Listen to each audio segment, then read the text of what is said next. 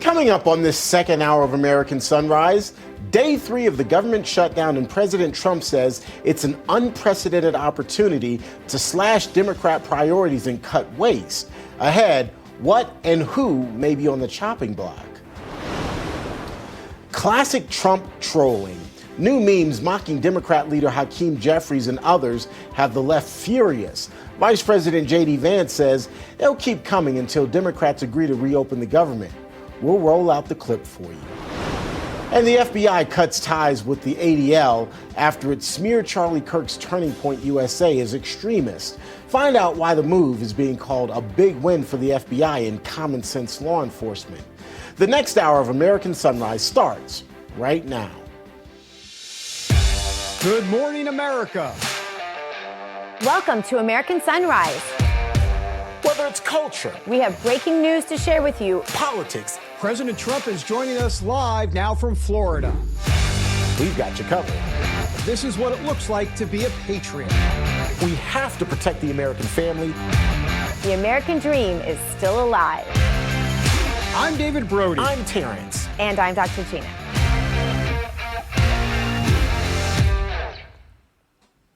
Welcome back, everybody, to the second hour of American Sunrise. I'm David Brody, coming to you from D.C. We are shut down. I'm not. I'm here. Let's bring in Dr. G. She's in West Palm, T. Bates in our Denver newsroom. I am not a paid federal employee, though I could be a deep state plant. You never know. I've been wondering. By the way, yeah, I know you. No, and that's been since day one of the show, Gina. I know. I know you have. Hey, by the way, I noticed that President Trump retweeted this. There was a woman that said this: all eyes are on Russ Vought today, no pressure. And Donald Trump, the president, retweeted her, which, Gina, kind of sums it up. Yeah, everybody's waiting to see what Russ Vought is going to do and how it's going to drop today. Gee. Yeah, well, I think you said this is his Super Bowl. He has waited for this moment for a long, long time. Russ Vought has, and I think it sort of feels like a new day in this whole ridiculous budget battle, fake circus tent debt ceiling baloney, and that's not the word I want to use. But I'm trying to be a good girl on the morning show, so Zen's happy. But I'll tell you, we've been watching this for far too long. I remember going on Neil Cavuto. Now I'm going way back because he hasn't even been around for a while, but. I remember going on Neil Cavuto. I mean, he's still alive. I didn't want to start any rumors. I'm pretty sure. But I remember going on his show and just complaining about this circus tent thing and writing endless op-eds about it. But I did not realize, David, it's been since 1977 since Congress did the right thing. So let's hope they can pull this off this time, T. You know, this whole Russ Vought thing, I obviously watch way too much TV and movies because I'm picturing in my mind's eye President Trump. If you guys remember the scene from Nutty Professor with Eddie Murphy, I'm picturing in my mind's eye President Trump sitting behind Russ Vought saying, Hercules, Hercules, Hercules. My little Hercules. That's right, that's right. I picture that too. Yeah, I think that is hilarious. Well, look, guys, so it is day 3 of the government shutdown, and President Trump, as we've been saying, warning that there could be firings and project cuts if this shutdown continues. Taking the Truth Social on Thursday, the commander-in-chief saying that he was set to meet with the director of the Office of Management and Budget, Russ Vought, as we just talked about, to discuss which government agencies should face mass firings and which Democrat projects should be cut. 47 also toying with the idea of giving Americans rebate checks from new tariff revenues. He says those revenues are projected to reach $1 trillion a year, with some of the funds slated to pay down the national debt, which is approaching $38 trillion. As for rebate checks to American taxpayers, the president says anything between $1,000 and $2,000 is possible. In the meantime, congressional Republicans in both the House and the Senate are expected to go back on the offensive this morning. The Senate will take a 4th vote to try and get federal employees back to work and federal agencies back up and running. More Democrats would have to cross the aisle to reach the 60 votes needed to reopen the government, though. If not, Senate Majority Leader John Thune says there likely won't be any additional votes over the weekend, meaning the shutdown will continue into next week. On Thursday, House Republicans took their case against what they call a Democrat-induced shutdown straight to the court of public opinion.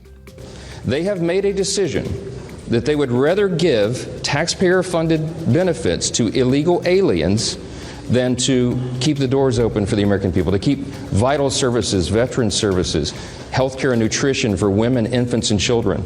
They would rather not pay the troops and TSA agents and Border Patrol agents. They would rather stop services of FEMA in the middle of a hurricane season than to do the right thing for partisan political purposes. It is selfish, it is reprehensible. We, of course, will continue to cover the latest fallout and keep you updated. That's a quick check of your headlines. Now, let's get a quick check of your forecast. Meteorologist Tracy Anthony standing by. Tracy, good morning. Good morning. You know what, Terrence? I found a graphic for you. It's the average first measurable snowfall. For you in Denver, it's October 18th. Okay, so I've still got a couple more weeks before. You got about 2 weeks. I'm sorry, all the huffing and puffing, but for me, typically snowfall means, especially since I leave home so early, it means that I've got to get out early in the morning, shovel the driveway so that I can get out and get to work. And it stresses me out. I'm sorry, it stresses me out. But anyway, it's part of life in Denver. All right. You're going to have to come to West Palm Beach. That's why I moved here. I don't have to shovel anymore. But we will have a good amount of snow across the areas of the Northern Rockies, Glacier National Park, all the way down to the Bighorn Range in Wyoming. That's for this weekend. So winter storm watches already in effect. But before we get to this weekend, I don't want to get too far ahead of ourselves. We are expecting warm temperatures across the Central Plains today. Record-breaking heat. Look at the Twin Cities, 90 degrees, Omaha 90 degrees, even up to Chicago 88 degrees. So very warm. That heat and humidity will linger into the weekend. A cool down not coming for them until next week. So yes, I know it's October, but it definitely doesn't feel like it across the Central Plains. It's just the two edges of the country that were a little bit cooler, and it actually does feel like fall or winter here in just about 24 hours, Terrence. All right, Tracy, I appreciate it. And as always, thanks so much for my personalized forecast. Thank you. Anytime. All right, we'll talk soon. Let's get you over to Dave now. David Brody, good morning. Good morning. I want a personalized forecast, darn it. All right, we're now 3 days into the Schumer shutdown. In classic Trump fashion, the president now using memes, I'm sorry, I have to laugh, now using memes to pressure Democrats to come to the table on a budget so the government can reopen. Hakeem Jeffries, there he is, has slammed the memes as being racist. When asked about this on Wednesday, Vice President JD Vance had this to say. Take a look. Oh, I think it's funny. The president's joking, and we're having a good time. You can negotiate in good faith while also poking a little bit of fun at some of the absurdities of the Democrats' positions, and even, poking some fun at the absurdity of the Democrats themselves. I mean, I'll tell Hakeem Jeffries right now, I make this solemn promise to you that if you help us reopen the government, the sombrero memes will stop. And I've talked to the President of the United States about that. I love it. Joining us now for the latest on the Shutdown and so much more is the host of America's Voice Live and Steve Gruber Show. That'd be Steve Gruber. Hey, Steve. I tell you what, what are you doing? I can't see. I got to put on my glasses. Oh, are you doing? It's all right. It's me. It's me, David. It's me. Oh, it's you. I'm sorry. It's you. Hello. Hey, by the way, so this was listen, if you're you can never out-troll Trump. I mean, he is the troller in chief, and so some people don't like it. You know what? Look, they troll him all day long on the left, so give me a break. I mean, they just don't have a sense of humor, though, Steve. That's what's missing. Thank you. Yeah. Thank you. I mean, these are the least funny people in America, the far left. They really are. Just I've said that for years, David. They They have no sense of humor. That's why they ban comedians, people that are actually funny from college campuses and elsewhere. They can't take a joke. They never could. Speaking about taking a joke, look at those two. Pair of jokes. Anyhow, I mean, seriously. The shutdown's a joke, too. Okay, so I took a call today. I want to ask about the shutdown. Serious question for many of you. I had a woman call me from Ann Arbor, Michigan. We take calls here on Real America's Voice on Friday mornings, Free for All Friday. So if you're up early, you can call in anywhere in the country. A woman called me from Ann Arbor, Michigan, said, look, I'm in a building here, a federal building. It's NIH, it's DOT, it's Health and Human Services. We're all here. And nobody's been sent home. Everybody's working. She goes, this happened last time when 2019, I think it was. She goes, look, they've got money there. that's already allotted for their payroll and so forth. Then maybe it's for 2 weeks or 30 days. They don't know yet. Nobody's quite sure yet, but they're not shut down. So where is this government shutdown? It's like the mythical shutdown. I've not seen anything. Of course, I don't leave my cave very often, so I don't see much of it. But for this woman who does leave her cave and works with a bunch of other federal agencies in one building there, said nobody's gone home yet. So I think it'd be good to ask people, who's actually gone home? Where is this shutdown actually exist, except in the minds of the left? And by the way, are they losing this argument big with the public, the Democrats? They're losing the argument big. I mean, you look at that New York Times polling earlier this week, just before the shutdown, saying that 65% of Americans didn't want the Democrats to pull this stunt. They didn't want the Schumer shutdown. So, I mean, on a public relations scale, they're bombing badly.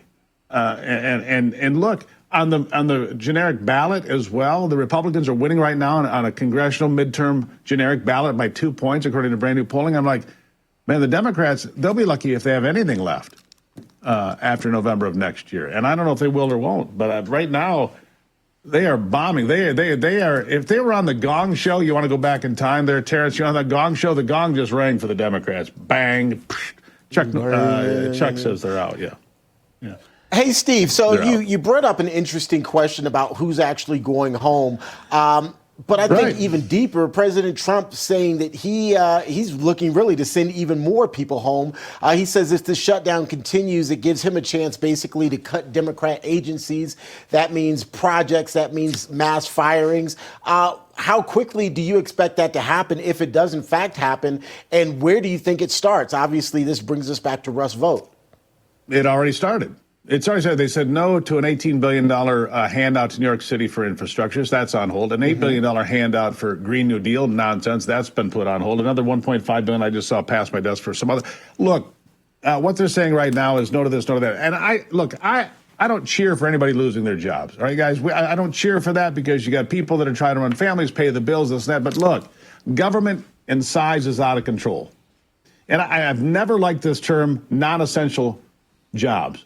That job is essential to whoever's paying the bills in that household. I didn't like that term during COVID. I don't like it now. Essential, non-essential. But the other part of this, the flip side of that is, if it really is non-essential, why do we have it? If we really don't need these things, and to be honest with you, I think Congress might qualify as non-essential employees of the government, potentially on most days. And if you're going to scale back now, yes, people are going to lose their jobs. I'm not happy about that. It's unfortunate, but that's what has to happen. Our government is way too big. Way too many layers of bureaucracy, way too many people getting way too much money for God only knows what half the time. So, yes, it's going to be a time to trim back. Democrats are going to get a lot more than they bargained for. They're losing the argument. They're going to lose size of and scope of a lot of the agencies that they support. A lot of the pet programs and projects that they support and want to use your money to pay for are going to go away. All of these things are going to happen. It's going to be an adjustment. And Russ Vought, no pressure, son. Get out that pen and start saying, no, none of this. Yeah, that's how you just get out that pen. Just get out that pen and get it done. Yeah, I have a feeling Russ Vought will not disappoint, by the way, on that for sure. Steve, agreed. Great to have you. I hope you have a great weekend. And I don't know. I have nothing else to say, but you're great. Thank you. God bless America. Good to see you, Steve. Have a great weekend. See you guys. All right. I'm literally out of words. All right, still ahead on a Friday edition of American Sunrise, FBI Director Kash Patel has cut ties with the Anti-Defamation League after it labeled Turning Point USA as an extremist organization. We're going to take a look at that when we come back.